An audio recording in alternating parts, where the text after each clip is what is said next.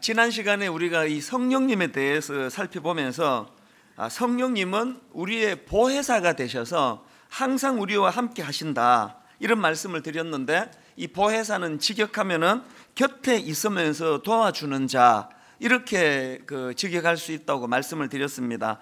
그래서 요한복음 14장 16절, 내가 아버지께 구하겠으니 그가 또 다른 보혜사를 너희에게 주사 영원토록 너희와 함께 있게 하리니.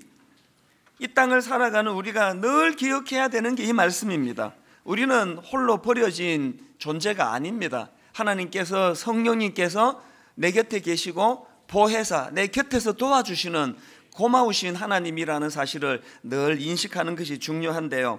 근데 또 다른 중요한 한 가지가 뭐냐 하면은, 성령님은 이처럼 우리 개인의 내면에 임재하시면서 우리 개개인을 돕는 일도 행하시지만, 그러나 성령님은 이런 개인적인 차원에만 머물러 계시지 않습니다.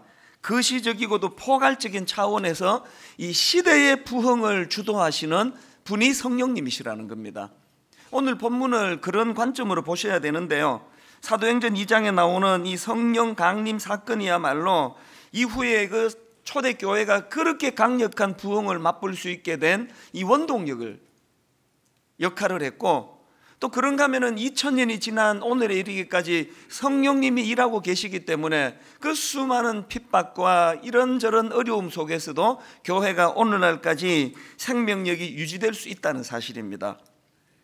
그래서 어떤 면에서는 오늘 본문에 나오는 이 오순절 성령 강림 사건이야말로 기독교 역사상 가장 중요한 사건이라고 말해도 과언이 아닙니다. 자, 근데 여기서 한 가지 주목해 볼 것이 있습니다.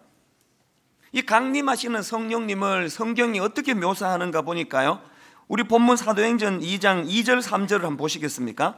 호련히 하늘로부터 급하고 강한 바람 같은 소리가 있어 그들이 앉은 온 집에 가득하며 마치 불의 혀처럼 갈라지는 것들이 그들에게 보여 각 사람 위에 하나씩 임하여 있더니.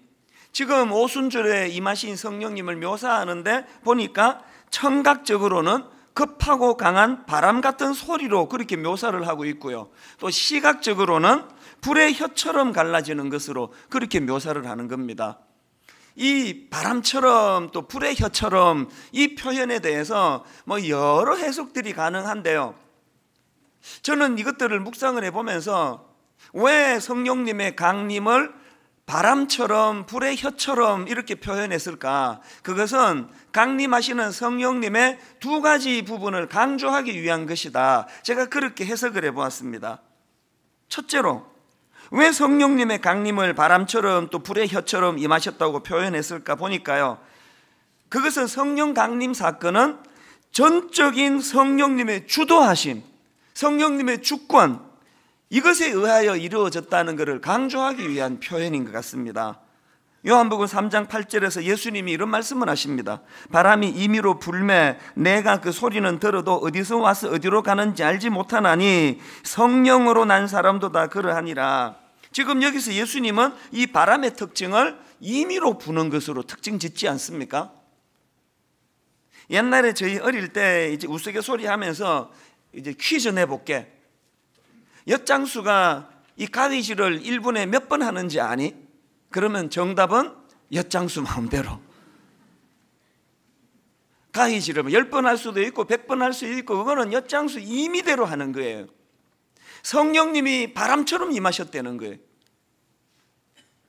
바람은 임의대로 분다는 거예요. 여기에서 우리가 깊이 마음에 새겨야 되는 게 뭐냐, 성령님은 우리가 어떻게 조절하고 움직이는 분이 아니라는 거예요. 너무 그 성령의 역사, 은사 막 이런 거를 열망하다가 보면 자칫 그런 우를 범하기가 쉽습니다. 성령님을 마치 내가 부리는 무슨 심부름꾼처럼 오시라, 임하시라, 더 강력하게 임하시라, 그 아주 위험한 발상이에요. 성령님은 우리 같은 인생에 의해서 좌지우지 되시는 분이 아니에요. 단지 은혜를 구할 뿐입니다. 그런가 하면은 두 번째로, 왜 성령님의 임하심을 바람처럼 불처럼 그렇게 임하셨다고 표현을 하셨냐 보니까요, 그것은요, 성령님께서 이처럼 주도적으로 임하시되 강력하게 임하셨다는 것을 강조하기 위한 것이라고 생각합니다. 2절을 다시 한번 보십시오. 호련히 하늘로부터 급하고 강한 바람 같은 소리가 있어 그들이 앉은 온 집에 가득하며, 이 강렬함을 지금 표현하고 있는 거 아닙니까? 3절도 마찬가지입니다. 마치 불의 혀처럼 갈라지는 것들이 그들에게 보여 각 사람 위에 하나씩 임하여 있더니, 이 강력한 임재.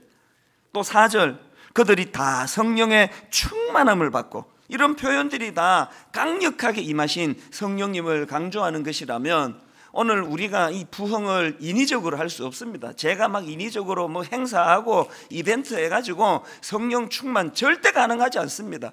온전히 주권은 하나님에게 달려 계시기 때문에 우리는 어떻게 해야 됩니까? 이 초대교회 120여 문도들이 보여준 그 모범이 뭡니까? 하나님 앞에 모여 간절히 기도할 뿐이에요.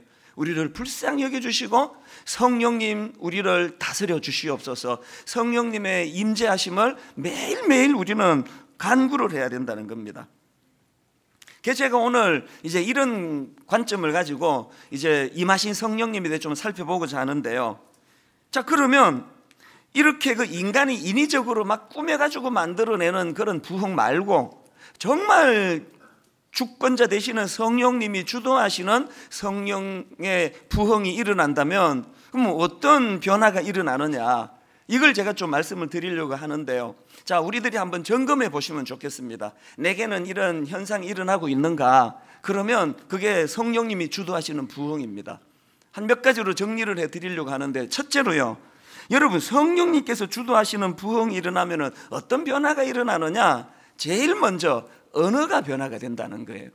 언어의 변화, 언어가 성령님의 통제 아래 놓이는 변화가 일어난다는 겁니다. 4절을 보십시오. 그들이 다 성령의 충만함을 받고 성령이 말하게 하심을 따라 다른 언어들로 말하기를 시작하니라. 저는 이 본문 말씀을 보면서 정말 성령 충만한 사람에게 나타나는 가장 중요한 변화 중에 하나는 내 언어가 성령님에 의해 다스림을 받는다는 거예요. 예수 믿기 전에는 그냥 막 내키는 대로 말하고 막 생각나는 대로 쏟아붓고 막 내키는 대로 글 쓰고 막 그냥 막 그렇게 살았는데, 성령님이 나를 다스리기 시작하면 내 언어가 성령님에 의해 다스림을 받는다는 거예요. 그렇기 때문에요, 아무리 뭐 겉으로 보기에 믿음이 좋아 보여도 그 사람의 언어가 성령님에 의해 다스림을 받지 못하는 사람은 절대로 성령 충만한 사람 아닙니다. 야고보서 3장 3절에 보니까 이런 말을 합니다. 우리가 말들의 입에 재갈 물리는 것은 우리에게 순종하게 하려고 그 온 몸을 제어하는 것이라.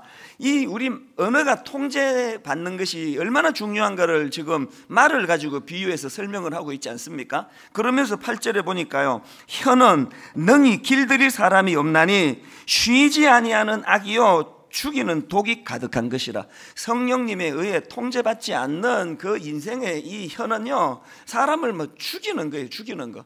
지금 뭐 요즘에 그 아동학대 문제로 막 심각하고 뭐 누구 집은 애를 이렇게 학대하고 그냥 애를 막 죽게 만들어 가지고 뭐 어쩌고 저쩌고 이런 말들이 지금 막 굉장히 우리 마음을 아프게 하는데요, 애를 가지고 몽둥이로 두들겨 패스만이 폭력이 아니에요. 나는 뭐 패지는 않는데요, 너무너무 많은 지금 가정들이 이 언어의 폭력이 얼마나 무섭다는 걸 모릅니다. 성경이 지금 그것을 이야기하고 있지 않습니까? 제가 참 반성을 하는 것은요, 정말 내가 그 젊은 목사 때 말로서 사람들을 다치게 한 적이 참 많다는 생각이 드는 거예요. 그걸 막 굉장히 막 철학이 있고 의식이 있는 것처럼 그렇게 포장해서 말했지만, 여러분 내 혀가 아무리 그게 뭐 좋은 의미라 할지라도 그것이 성령님에 의해 다스려지지 않는 말은 성령의 말이 아니라는 거예요. 여러분 가정이 정말 행복하기를 원하시면 성령님의 다스림을 받아야 되는데, 남편이 성령님에 의해 언어가 다스려지면서부터 가정의 회복이 됩니다. 우리 집을 보니까 그렇더라고요.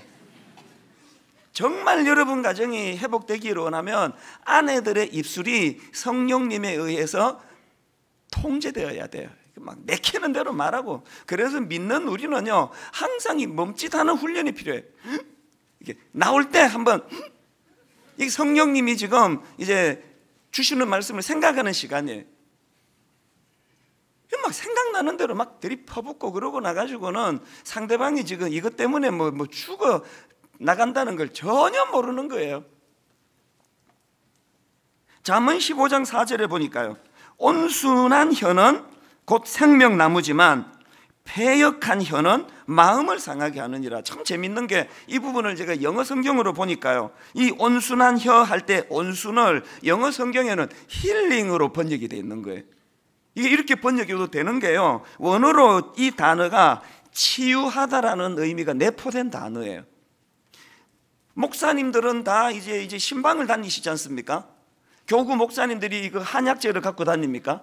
그래가지고 마음 힘들면은 이거 그냥 그 달여서 드시라고 그렇게 안 하잖아요. 딸랑 성경책만 들고 가는데도요, 참 입술이 성령님에 의해서 다스려지는 그 목회자가 신방을 가면은 힐링이 일어나요.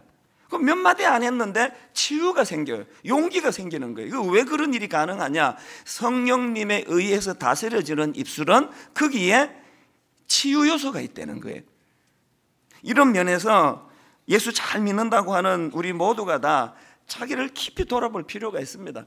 제가 이 목회자들을 보니까요, 딱 두 종류예요. 입술이 지혜로운 목회자가 있습니다. 우리 교회 그 부목사님들도 보면은 많은 부목사님들 중에 딱 두 종류예요. 어떤 젊은 목사님은 나이도 젊은데 막 얼마나 말을 찰지게 잘하는지 듣고 있으면 기분이 좋아요.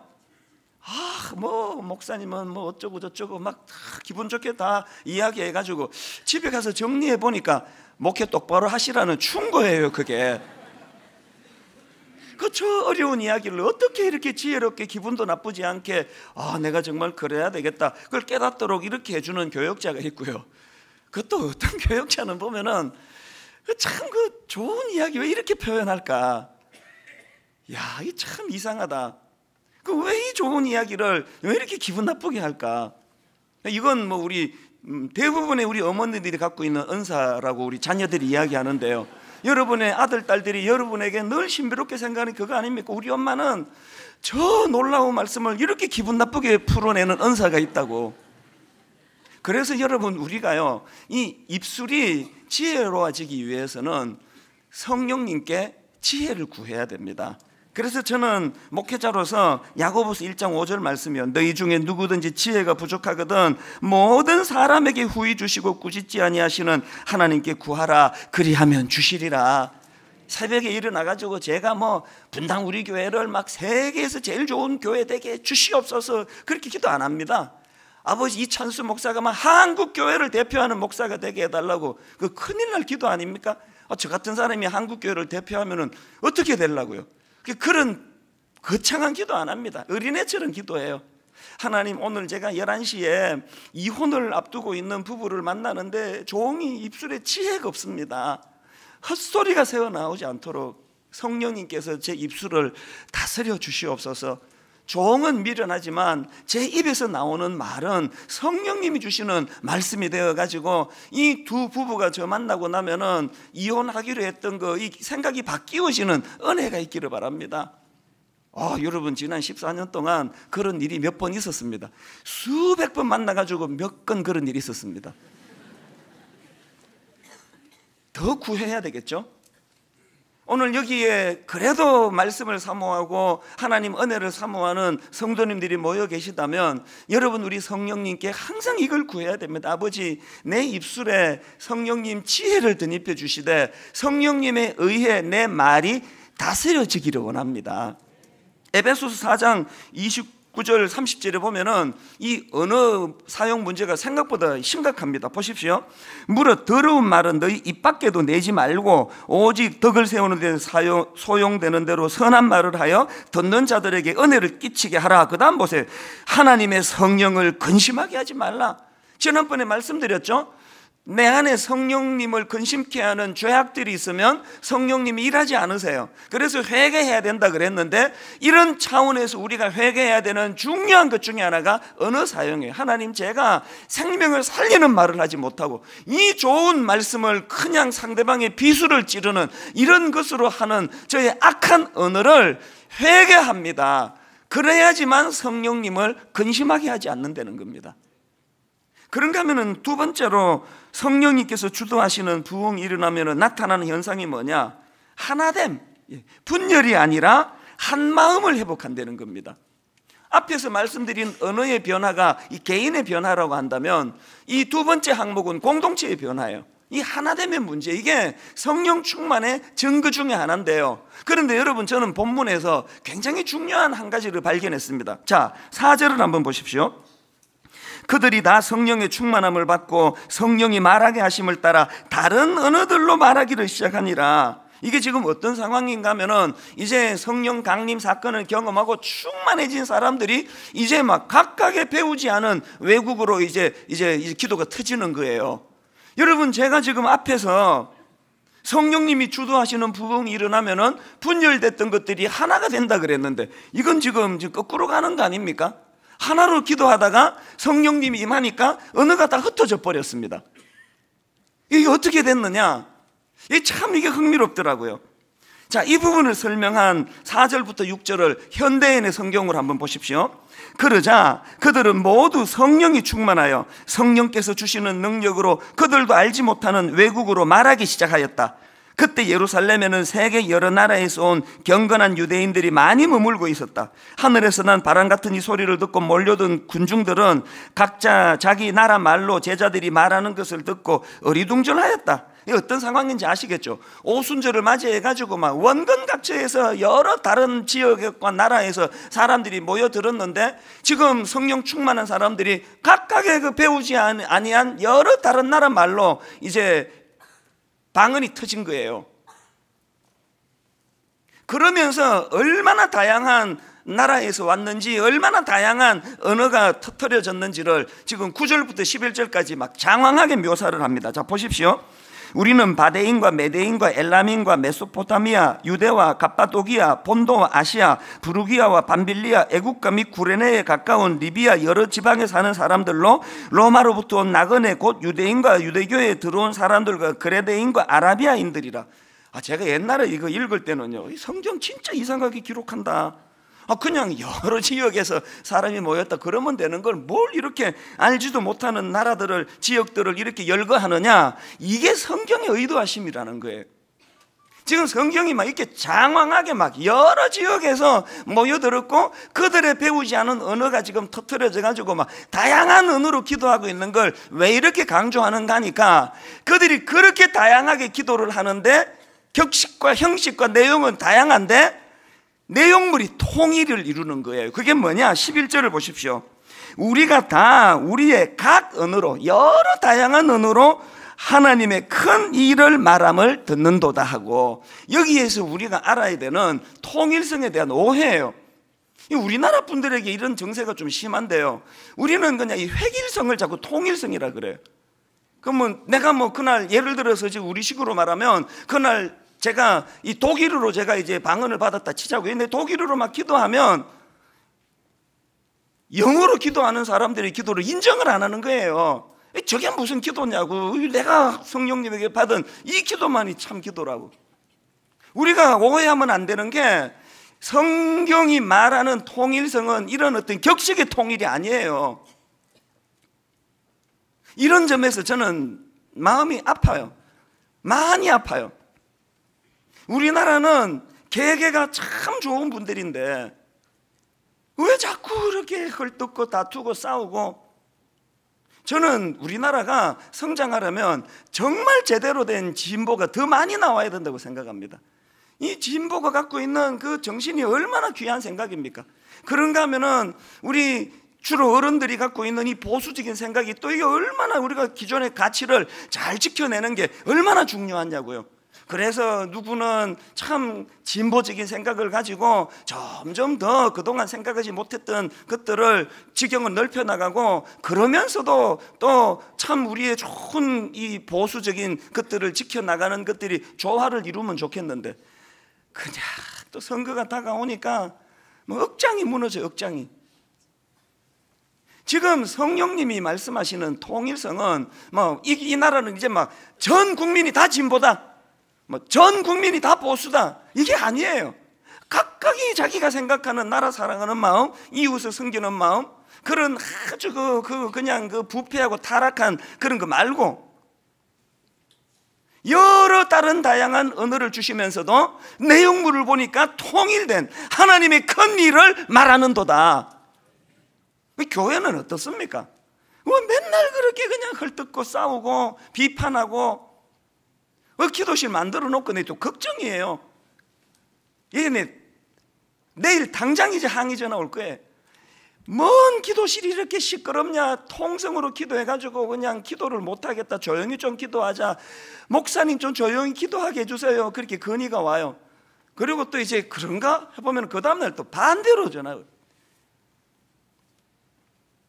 아이, 통성으로 좀 소리내서 기도하고 싶은데 뭐 자꾸 그걸 못하게 막는다고 막 그래가지고, 이 막 목사가 이 두 사이에 껴가지고 끼어서 지금 죽을 지경에, 아직 안 죽고 산 게 이게 기적이에요. 이게 막 교회가 막 계속 그러는 거 아닙니까? 조용히 묵상으로 깊이 기도하는 그 기도도 인정해 주시고요, 막 통성으로 부르짖어 기도하는 사람을 보면 얼마나 심령이 갈급하면 저렇게 기도하겠나, 그것도 용납해 주시고요, 여러 다양한 생각과 칼라들이 다 모이는데 내용물은 하나예요. 하나님의 큰 일을 말함을 내가 듣는도다. 제가 이제 미국 이민 생활을 끝내고 한국으로 들어와서 이제 신학대학원에 입학을 해가지고 3년 동안 이제 기숙사 생활을 했거든요. 4인 1실인데요. 참 그 추억이 많습니다. 우리 너무너무 신학생들하고 재밌게 지냈는데, 근데 제가 잊혀지지 않는 한 분이 있는데요. 이 전사님은 굉장히 독특해요. 한 10시 넘어가지고 지금 자야 되는데요, 갑자기 이분이 뭐가 출출하잖아요. 그럼 조용히 가가지고 매점에 가서 빵 하나 사 먹고 오시면 되는데, 갑자기 다 우리 전사님들 집합이 다 모아요. 모아가지고 벌써 거려왔어요. 사다리 타기 그래가지고 이제 뭐 이렇게 미국 살다 와요. 근데 뭔지도 몰랐습니다. 뭐 막 사다리 이렇게 걸어가지고 이찬수 목사님은 5,000원 당선됐었습니다. 그리고 5,000원 내놓으라 그러는 거예요. 이렇게 걸어가지고 또 자기는 1,000원밖에 안 내고, 어떨 때는 안 하고 싶어요. 지금 안 먹고 싶을 때가 있거든요. 그래가지고 어떤 전사님이 오늘은 이거 안 하고 싶습니다. 그러면 꼭 그 사람이 하는 이야기가, 공동체를 모릅니까? 공동체 정신에 입이 된다고 큰 마음으로 나가야 된다는 거예요. 그분이 오해하는 게 뭡니까? 공동체라는 게요, 난 사다리 안 타고 싶어도 타야 되고, 안 먹고 싶어도 이 사람이 빵 먹으니까 저녁에 나도 먹어야 되고, 이게 공동체가 아니에요. 각각의 그 사람의 고유의 생각과 은사와 기질들을 존중해 주면서 각각으로 그냥 빵 먹고 싶으면 조용히 가서 하나 그냥 자기가 사 먹고 들어오면 되는 거 아닙니까? 이 다양성을 인정해 주면서 내용물에 있어서 이 통일된 것, 그렇게 다양한 언어로 기도가 터졌는데 내용은 딱 하나예요. 하나님의 큰 일을 말함이라. 여러분, 오늘 그 본문에 나오는 말씀하고 완전히 정반대로 나타나는 사건이 하나 있는데, 창세기에 나오는 바벨탑 쌓는 사건 아닙니까? 창세기 11장 1절에 보니까요, 온 땅의 언어가 하나요, 말이 하나였더라. 그토록 우리가 좋아하는 획일적인 통일이 이루어졌네요. 그런데 왜 하나님이 흩어버리시느냐고요. 말이 하나고 또 언어가 하나인데 이게 중요한 게 아니라는 거. 이게 오늘 분당 우리 교회가 뭐 얼마나 한 마음으로 단합이 되느냐, 이것보다 더 중요한 것은 이 교회가 성령님의 다스림에 의해 가지고 하나님이 기뻐하시는 일을 행하고 있는가, 이게 중요한 거 아닙니까? 그렇기 때문에 에베소서 4장 3절 4절을 꼭 명심하셔야 됩니다. 평안에 매는 줄로 성령이 하나 되게 하신 것을 힘써 지키라. 몸이 하나요 성령도 한 분이시니 이와 같이 너희가 부르심의 한 소망 안에서 부르심을 받았느니라. 분당 우리 교회는 물론이고 오늘 여러분 가정 안에서 이 평안에 매는 줄로 성령이 하나 되게 하신 것, 이것을 힘써 지키는 여러분의 가정들이 되기를 바랍니다. 남편과 아내가 성령 안에서 기쁨으로 서로가 하나 되고 한 방향으로 자녀를 양육하고, 그래서 저는 너무너무 혼란한 이 시대이기 때문에 성 프란시스의 평화의 기도가 참 오늘 이 시대에 필요한 기도라고 생각합니다. 주여, 나를 평화의 도구로 써주소서. 미움이 있는 곳에 사랑을, 다툼이 있는 곳에 용서를, 분열이 있는 곳에 하나됨을. 그런데 여러분, 이 프란시스의 기도가 응답될 수 있는 조건은 딱 하나예요. 성령님이 나를 다스려 주실 때예요. 자, 그런가 하면은 세 번째로, 성령님이 주도하시는 부흥이 일어나면은 어떤 일이 일어나느냐? 꿈이 회복이 돼. 꿈이 회복이 되는데, 그 꿈이 약속에 근거한 꿈이라는 것입니다. 오늘 본문에서 강력한 성령 강림 사건이 일어나는 것을 묘사하는데, 그 앞에 그 성령 강림이 일어나기 전에 1절을 보십시오. 오순절 날이 이미 이르매 그들이 다 같이 한 곳에 모였더니 한 마음이 돼가지고 합심해서 성령 충만을 지금 부르짖고 있는데요. 여러분, 그 120여 문도들이 그렇게 하나님 앞에 성령 강림을 놓고 애타게 기도할 수 있었던 원동력은 어디서 나오느냐? 예수님의 약속하심을 근거로 한 거 아닙니까? 바로 앞에 나오는 사도행전 1장 4절 5절에 예수님의 약속을 보십시오. 사도와 함께 모이사 그들에게 분부하여 이르시되 예루살렘을 떠나지 말고 내게서 들은 바 아버지께서 약속하신 것을 기다리라. 요한은 물로 세례를 베풀었으나 너희는 몇 날이 못되어 성령으로 세례를 받으리라 하셨느니라. 지금 내가 가면 성령을 보내주시겠다는 이 예수님의 약속을 근거로 해가지고 그들이 이렇게 갈망하는 것, 이게 얼마나 중요합니까? 오늘 우리 모두가 다, 저는 무덤에 가는 그날까지 저는 꿈꾸는 목사가 되기를 원합니다. 분당 우리 교회가 이만큼 커졌고 이제 뭐 더 이룰 것도 없고, 그 생각을 하는 그날이 제가 사표 서는 날이 되기를 원합니다. 교회 사이즈는 관계없습니다. 교회는 하나님의 약속하심을 바탕으로 꿈꾸는 공동체가 돼야 되는 거예요. 가정도 마찬가지예요. 여러분 가정이 그렇게 어려워지게 된 원인은요, 밥을 굶게 돼서 그런 거 아니에요. 먹고 살만 해가지고 하나님 주시는 꿈이 가정을 견인하는 에너지가 아니기 때문 아닙니까? 그렇기 때문에 오늘 본문 말씀은 누가복음 24장 49절에서 주신 주님의 약속의 성취로 봐야 됩니다. 볼지어다 내가 내 아버지께서 약속하신 것은 너희에게 보내리니 너희는 위로부터 능력으로 입혀질 때까지 이 성에 머물라 하니라. 그냥 갈 데 없어서 성에 머문 거 아니에요. 말씀, 약속의 말씀을 바탕으로 그들에게 꿈이 있었기 때문에 그 성에 머물러 기도한 거 아닙니까? 제가 오늘 모처럼 걸어왔거든요. 봄도 되고 해가지고 모처럼 제가 이제 걸어오면서 일부 예배 때 그 6시 얼만데요, 마음이 아팠습니다. 교회로 가시는 성도님들의 뒷모습이 막 너무 어깨가 처져 있는 거예요. 뭐 안 그런 부부도 있는데 막 대부분의 부부들이 세상에 이 가슴 벅찬 예배를 드리러 부부가 오면서 한마디도 안 해요. 어제 싸우다 왔는지. 그래서 마음이 아팠습니다. 야, 이 얼마나 지치고 피곤하면 이 기쁜 예배를 드리러 오는데 이렇게 힘이 하나도 없을까? 기도가 저절로 나와요. 하나님, 이 성도들이 저렇게 피곤하고 지친 상태로 터벅터벅 그냥 의무적으로 교회를 나오지만 오늘 예배 시간에 강한 성령님의 일하심을 경험하고 이 문을 열고 나갈 때는 막 활기찬, 하나님이 잃어버린 꿈을 회복시켜 주시기 때문에 기쁨으로 이 문을 열고 나가게 되기를 바랍니다. 더 중요한 거, 부부간에 대화하면서 가세요. 대화하면서. 그렇게 꼭 싸운 사람들처럼 할 말도 없고 뭐 꿈이 없으니까 할 말이 없죠. 뭐 기껏 하는 이야기는 큰애는 성적이 잘 나왔나 어쨌나. 그래가지고 그 경기도 외곽에 가보면은 식당에서 저 두 사람이 남녀가 밥 먹는데 이게 불륜인지 부부인지 맞추는 거 딱 하나밖에 없대잖아요. 저절 이야기 잘하고 막 밥도 먹여주면 100% 불륜이래요. 뚱하게 해가지고 그냥 밥 먹는 데만 신경 쓰고 있으면 그건 부부라는 거, 가슴 아픈 이야기 아닙니까? 저는 오늘 성령님이 여러분 가정에 식어버린 꿈을 회복시켜 주셔가지고 막 부부간에 그냥 막 잠자는 것도 잃어버리고 성령님이 회복시켜 주신 꿈을 나누는 그런 가정이 되시기를 바랍니다. 너무 엄청난 걸 구하면 아멘도 안 해요. 아이 바랄 걸 바라야지 우리 부부한테. 성령님이 임하시면 그 일도 가능한 줄로 믿습니다.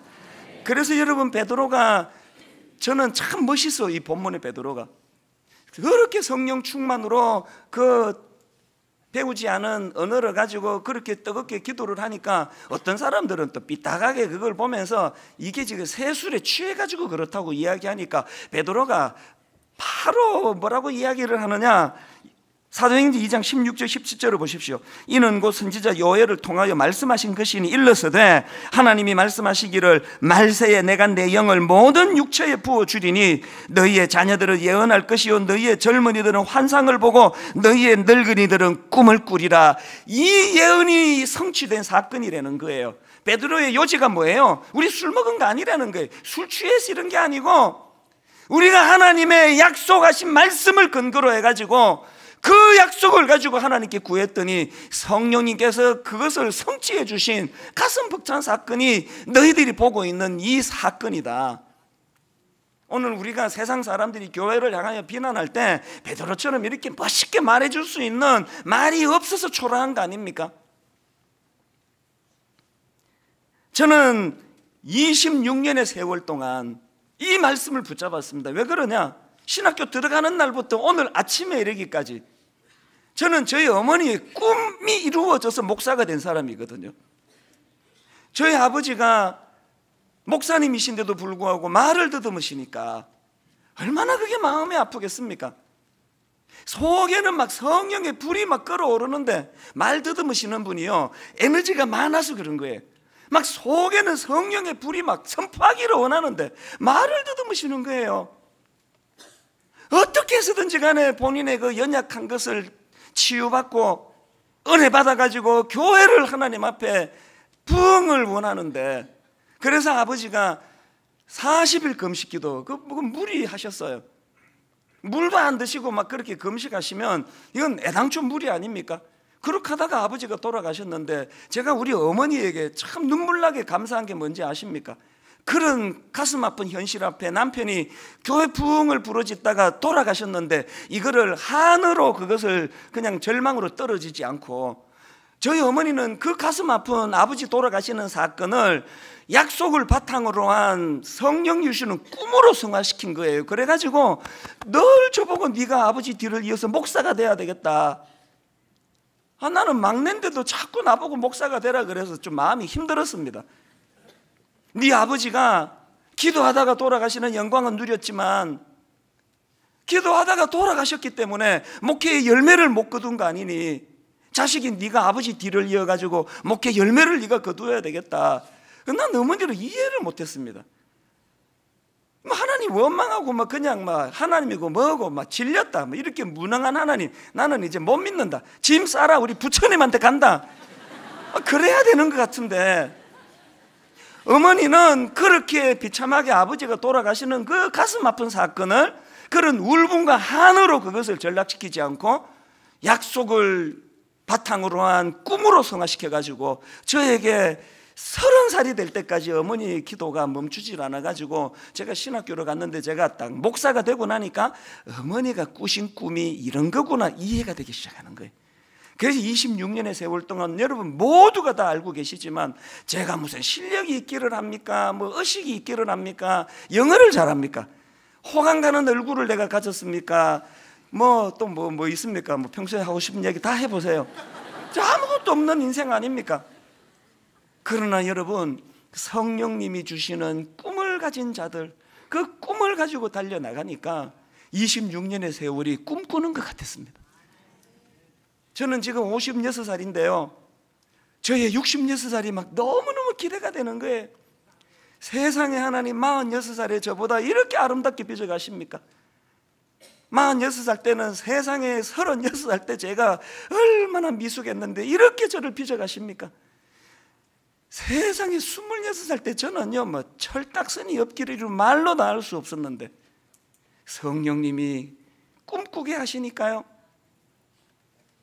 지난주 말씀드렸던 그 박승일 형제 루게릭 병으로 지금 침대에 꼼짝없이 누워 대소변 다 도와줘야 되고 유일하게 움직이는 건 눈동자밖에 없는데 무려 이런 생활 14년의 세월이 지났지만 이 형제를 지탱하게 하는 힘이 뭡니까? 그 연약한 육신 안에 그 영혼을 주장하시는 성령님께서 성령님과 함께하는 자들에게 약속을 바탕으로 한 꿈을 주시기 때문에 이 꿈이 이 형제를 지금도 가슴 뛰게 만드는 거예요. 제가 그 집에 신방 갔을 때도 그 여러분 유일하게 지금 눈 껌뻑껌뻑거리는 것으로 자기 의견을 표현할 수밖에 없는데 그날 이 형제가 제게 부탁한 게 뭔지 아십니까? 목사님 저 좀 도와주세요. 일어날 수 있도록 도와달라는 게 아니에요. 이 루게릭 병으로 고통하는 환자들과 가족을 위하여 병원을 내가 건립하고 싶은데 목사님 이것 좀 도와주세요. 이 놀라운 이야기 아닙니까? 도대체 누가 장애인입니까? 마음만 먹으면 어디든 갈 수 있고 마음만 먹으면 무엇이든 할 수 있으면서 손발 다 묶여가지고 아무 꿈도 없고 왜 사는지도 모르고 맨날 나오는 그런 죽고 싶다 죽고 싶다. 어떻게 된 일이냐고요. 비록 온 몸을 마비가 돼가지고 눈동자밖에는 못 움직이지만 그 성령님이 붙잡아 주시는 이 형제. 그래서 여러분 오늘 예배 마치고 여러분에게 이거 지금 루게릭 요양병원 건립을 위해 가지고 이 지금 이 팔찌를 판매를 하는데요. 뭐 아까 예배 마치고 막 불티나게 팔리는 거 보고 막 가슴이 너무 뜨거워요. 그 형제는 지금도 누워 있는데 방 안에 교통하게 하시는 성령님이 우리들의 마음을 움직여 이 꿈을 같이 꾸는 거예요.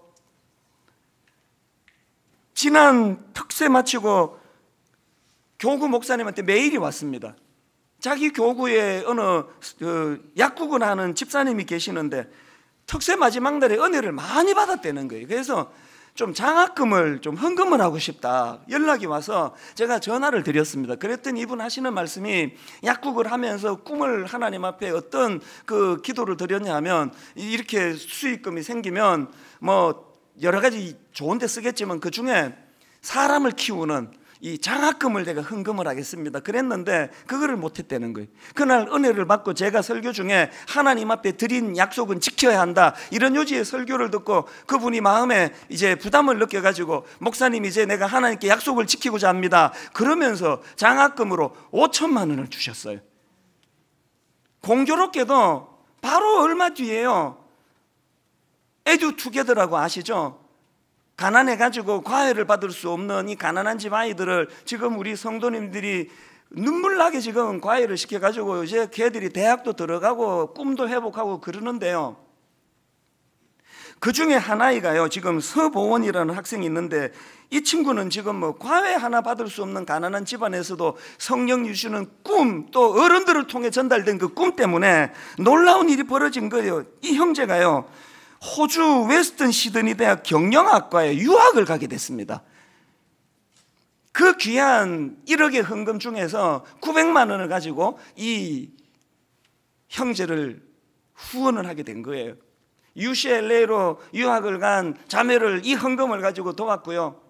제가 왜 이걸 상세하게 말씀을 드리느냐, 기왕에 지금 저희가 이 헌금 장학금 아니라도요 연 3억에 가까운 장학금을 쓰지만 인물을 키워내는 꿈을 심어주는 장학금을 만들고 싶은 거예요. 우리 홈페이지에 계좌번호 하나 만들어 둘 테니까요, 여러분 이 시간 성령님이 같은 꿈을 꾸게 하신다면, 우리 사람 키우는데 가난해가지고 꿈을 못 꾸고 태어나 보니까 흙수저네 흙수저, 개천에서 용나는 일이 없대는데 이런 우리 청소년들에게, 이런 젊은이들에게 먼저 우리가 성령님으로 잃어버린 꿈을 회복하고 그 꿈을 우리 다음 세대에 전해주는 그런 교회가 되기를 간절히 원합니다. 결론을 맺으려고 합니다. 바로 어제 늦은 오후에요. 대략적으로 이제 설교를 마무리하고 이제 가방을 챙겨가지고 집으로 딱 들어가려고 하는데 책 하나가 눈에 띄는 거예요. 출판사에서 가끔씩 이제 그 신간이 나오면은 이제 보내주시는데요. 그래서 이제 그냥 뭐 당장 필요한 책이 아니라서 거기 그냥 방치를 해둔 책이에요. 어제 딱 나가는데 그 책이 눈에 확 들어오는 거예요. 놀랍게도 책 제목이 뭔지 아십니까? 교회 다시 꿈꾸다. 아직 저 내용 못 읽어봤는데요, 일하시는 성령님, 그래서 제가 그 책을 집어들었습니다. 그랬더니 그 책을 구입하면은 비닐로 이런 엽서를 거기에 몇 개다 꽂아주는데 제일 앞에 엽서가 이거였습니다. 이사야 60장 22절. 그 작은 자가 1000명을 이루겠고 그 약한 자가 강국을 이룰 것이라. 때가 되면 나 여호와가 속히 이루리라.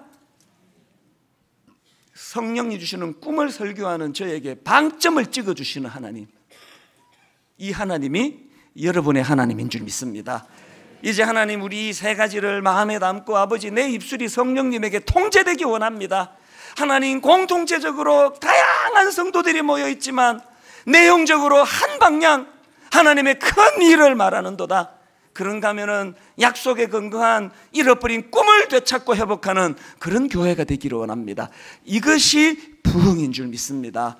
오늘 말씀을 요약해 놓은 찬양이 있는데요, 본문 말씀을 가지고 만든 찬양입니다. 마지막 날에 내가 나의 영으로 모든 백성에게 부어주리라. 우리 손뼉치고 기뻐하면서 의욕을 가지고 힘을 내면서 이렇게 찬양하기 원합니다. 가사를 생각하시면서 마지막 날에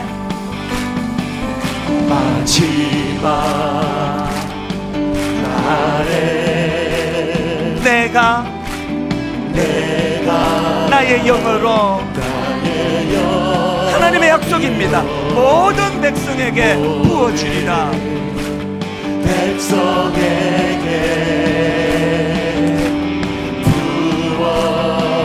성령 충만함으로 말미암아 놀라운 일들이 나타나는데 자녀들은 예언할 것이요, 청년들은 환상을 보고 아비들은 꿈을 꾸리라. 언제? 주의 영이 임하며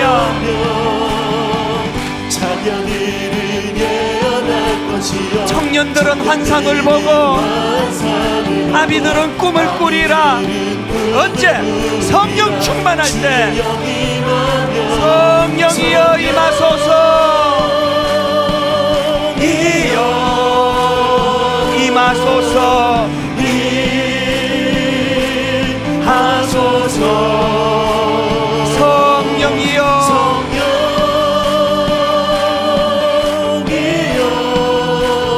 우리에게 임하소서. 사모하는 자들에게 임하십니다. 한 번 더. 자녀들은 예언할 것이요, 자녀들은 예언할 것이요, 청년들은 환상을 보고 아비들은 꿈을 꾸리라. 주의 영이 임하면 자녀들은 예언할 것이요, 청년들은 환상을 보고 아비들은 꿈을 꾸리라. 주의 영이 임하면 성령이여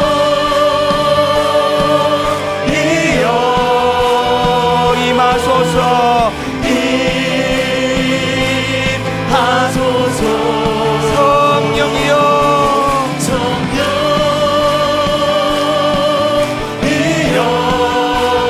우리에게 임하소서.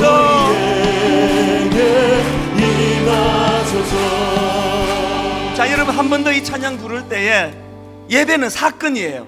논리가 아니고 이론이 아닙니다. 바로 이 시간에 문을 열고 들어올 때 마음이 답답하고 우울하고 뭔 일로 그렇게 낙심했는지는 모르지만 의욕을 잃어버리고 꿈을 잃어버린 그 성도님에게 성령의 임하심으로 말미암아 약속을 근거로 한 꿈이 회복이 되어가지고요, 저희 어머니처럼 갑자기 예고 없이 남편이 돌아가시는 절망적인 일조차도 이것이 약속을 근거로 한 꿈을 품는 재료가 될 수 있도록 하는 것, 이것이 신앙생활입니다. 우리 한번 다 자리에서 일어나셔서 하나님 앞에 은혜를 구하면서 다시 한번 마지막 날에 내가 나의 영으로 모든 백성에게 부어주리라. 이게 하나님의 약속이거든요. 하나님의 약속의 말씀을 근거로 한 꿈을 꾸는 시간이 되기 원합니다. 우리 다시 한번 더 뜨겁게 찬양합니다. 마지막 날에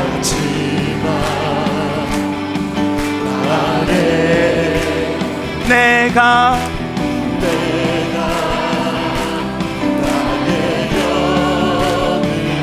모든 백성에게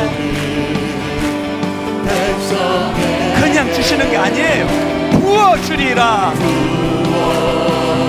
전능하신 하나님, 아멘.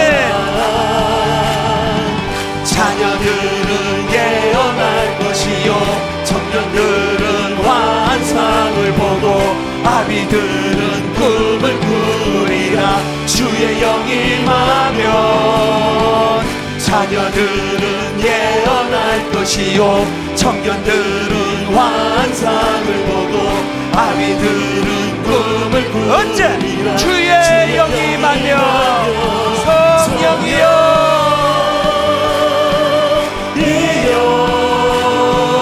임하소서,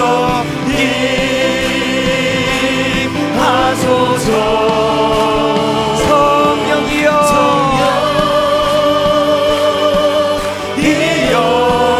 우리에게 임하소서, 우리에게 임하소서. 주님의 영광 나타나셨네. 주님의 영광 나타나셨네. 권능으로 임하셨네. 권능으로 임하셨네. 죽음에서 날 살리신 주 성령, 죽음에서 날 살리신 주 성령, 놀라우신 주 하나님, 놀라우신 주 복음의 능력을 믿습니다. 할렐루야. 주의 나라가, 할렐루야. 주의 나라가 눈먼 자는 눈을 뜨며 할렐루야 임하소서. 저는 자는 걷게 되리 나는 선포하리. 만왕의 왕 예수, 주의 나라 임하시네. 다시 한번 주님의 영광 나타나셨네. 영광 나타나셨네. 권능으로 임하셨네. 죽음에서 날 살리신 주 성령, 죽음에서 날 살리신 주 성령, 놀라우신 주 하나님, 놀라우신 주 하나님. 할렐루야. 주의 나라가, 할렐루야. 주의 나라가 눈먼 자는 눈을 뜨며 할렐루야 임하소서. 저는 자는 걷게 되리 나는 선포하리. 만왕의 왕 예수, 왕 예수.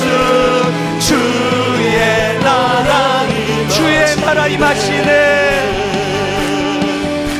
주의 나라 임하시네. 주의 나라 임하시네.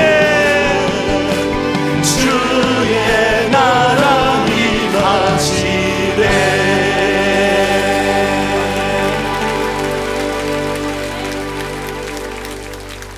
같이 기도하시겠습니다. 그 작은 자가 1000명을 이루겠고 그 약한 자가 강국을 이룰 것이라. 때가 되면 나 여호와가 속히 이루리라. 이 약속의 말씀을 붙잡고 아버지 하나님, 꿈없이 살아가던 지난 시간들을 돌아보고 회개하며 갑자기 남편이